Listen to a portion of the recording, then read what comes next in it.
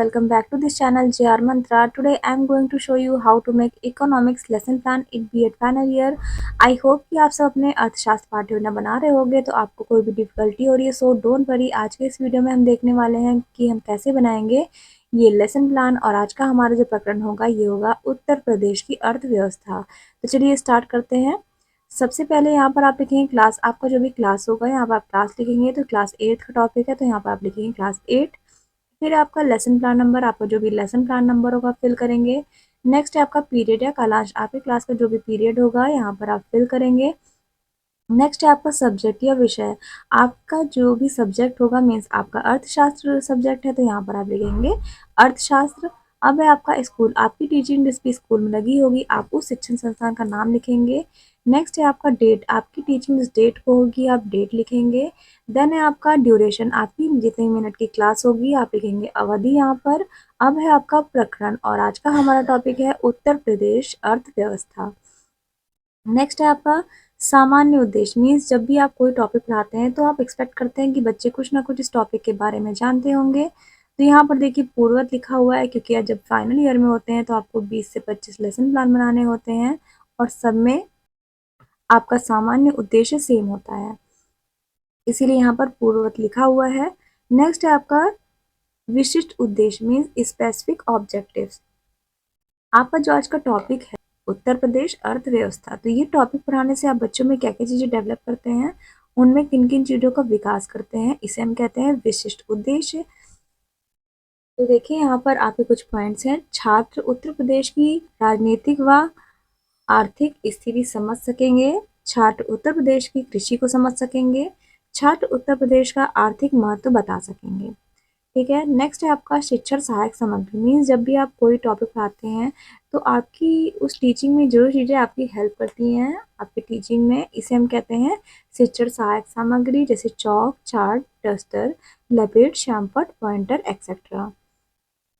अब है आपका पूर्व ज्ञान, आप बच्चों को जो भी टॉपिक पढ़ाते हैं आप बच्चों से एक्सपेक्ट करते हैं कि बच्चे कुछ ना कुछ उसके सामान्य जानकारी रखते होंगे। तो यहाँ पर देखिए पूर्व ज्ञान है उत्तर प्रदेश की सामान्य जानकारी रखते हैं। ठीक, छात्र उत्तर प्रदेश की सामान्य जानकारी रखते हैं।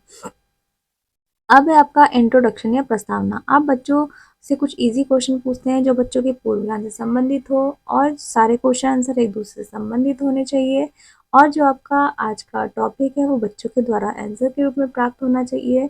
कुछ इस तरीके से आप क्वेश्चन बनाएंगे और यहाँ पर शिक्षण विधि का प्रयोग होगा प्रश्नोत्तर विधि। ठीक, तो आप क्वेश्चन पूछेंगे बच्चों आप किस देश में रहते हैं, तो बच्चे कहेंगे भारत।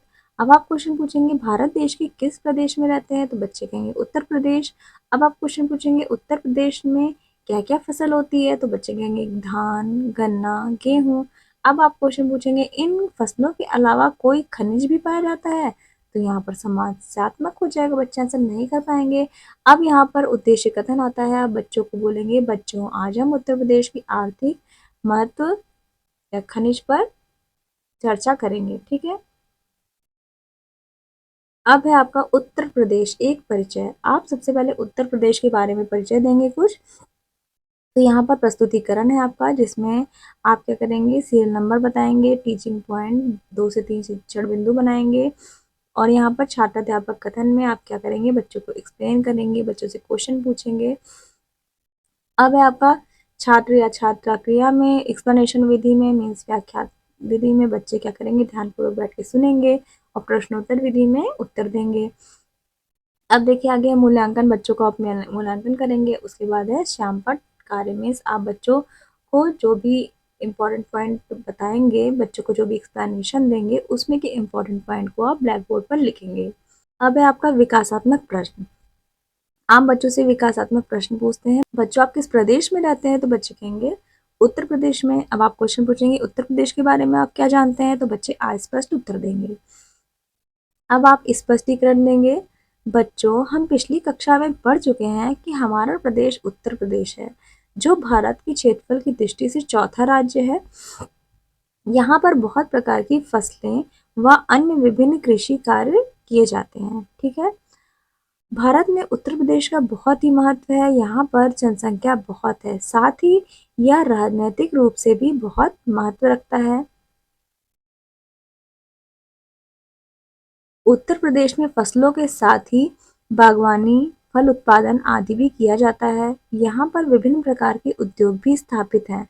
उत्तर प्रदेश का कानपुर जिला चमड़ा उद्योग के लिए प्रसिद्ध है। इसे उत्तर प्रदेश के मैनचेस्टर भी कहा जाता है।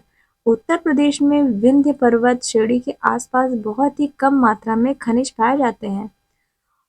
अतः उत्तर प्रदेश में कुछ ही हिस्से में ही खनिज पाए जाते हैं। अब है आपका बोध प्रश्न।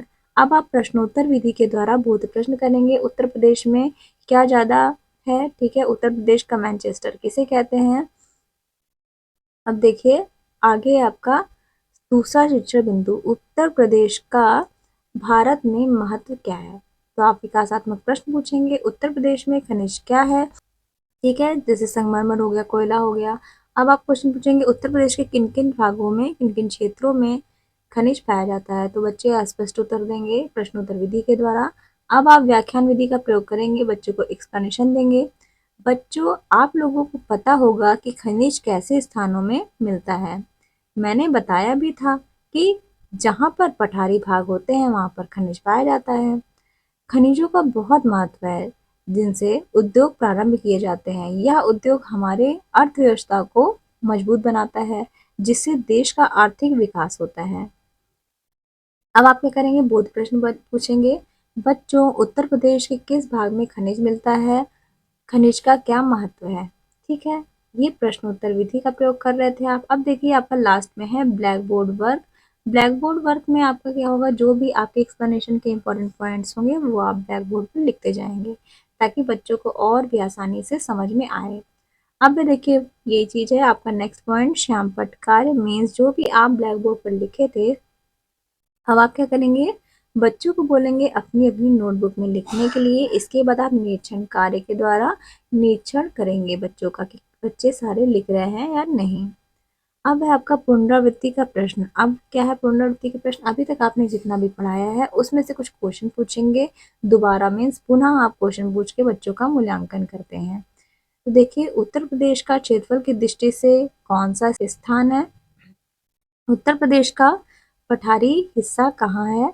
उत्तर प्रदेश में कौन कौन सी फसल होती है? तो ये हो गया आपका क्वेश्चन। अब आप क्या करेंगे? होमवर्क दे देंगे गृह कार्य। बच्चों अपने प्रदेश का नाम बताइए, उत्तर प्रदेश की कृषि का वर्णन कीजिए, उत्तर प्रदेश में पाए जाने वाले फसल बताइए। तो आई होप कि आपको ये लेसन प्लान समझ में आया होगा। हमारा नेक्स्ट टॉपिक होगा उत्तर प्रदेश आर्थिक महत्व। ठीक है, अगर आपको ये वीडियो अच्छा लगे तो please like share and comment करना बिल्कुल भी ना भूलें। प्लीज़ प्लीज़ प्लीज़ सब्सक्राइब करके बेल आइकन प्रेस करिएगा। Thank you so much guys for watching this video.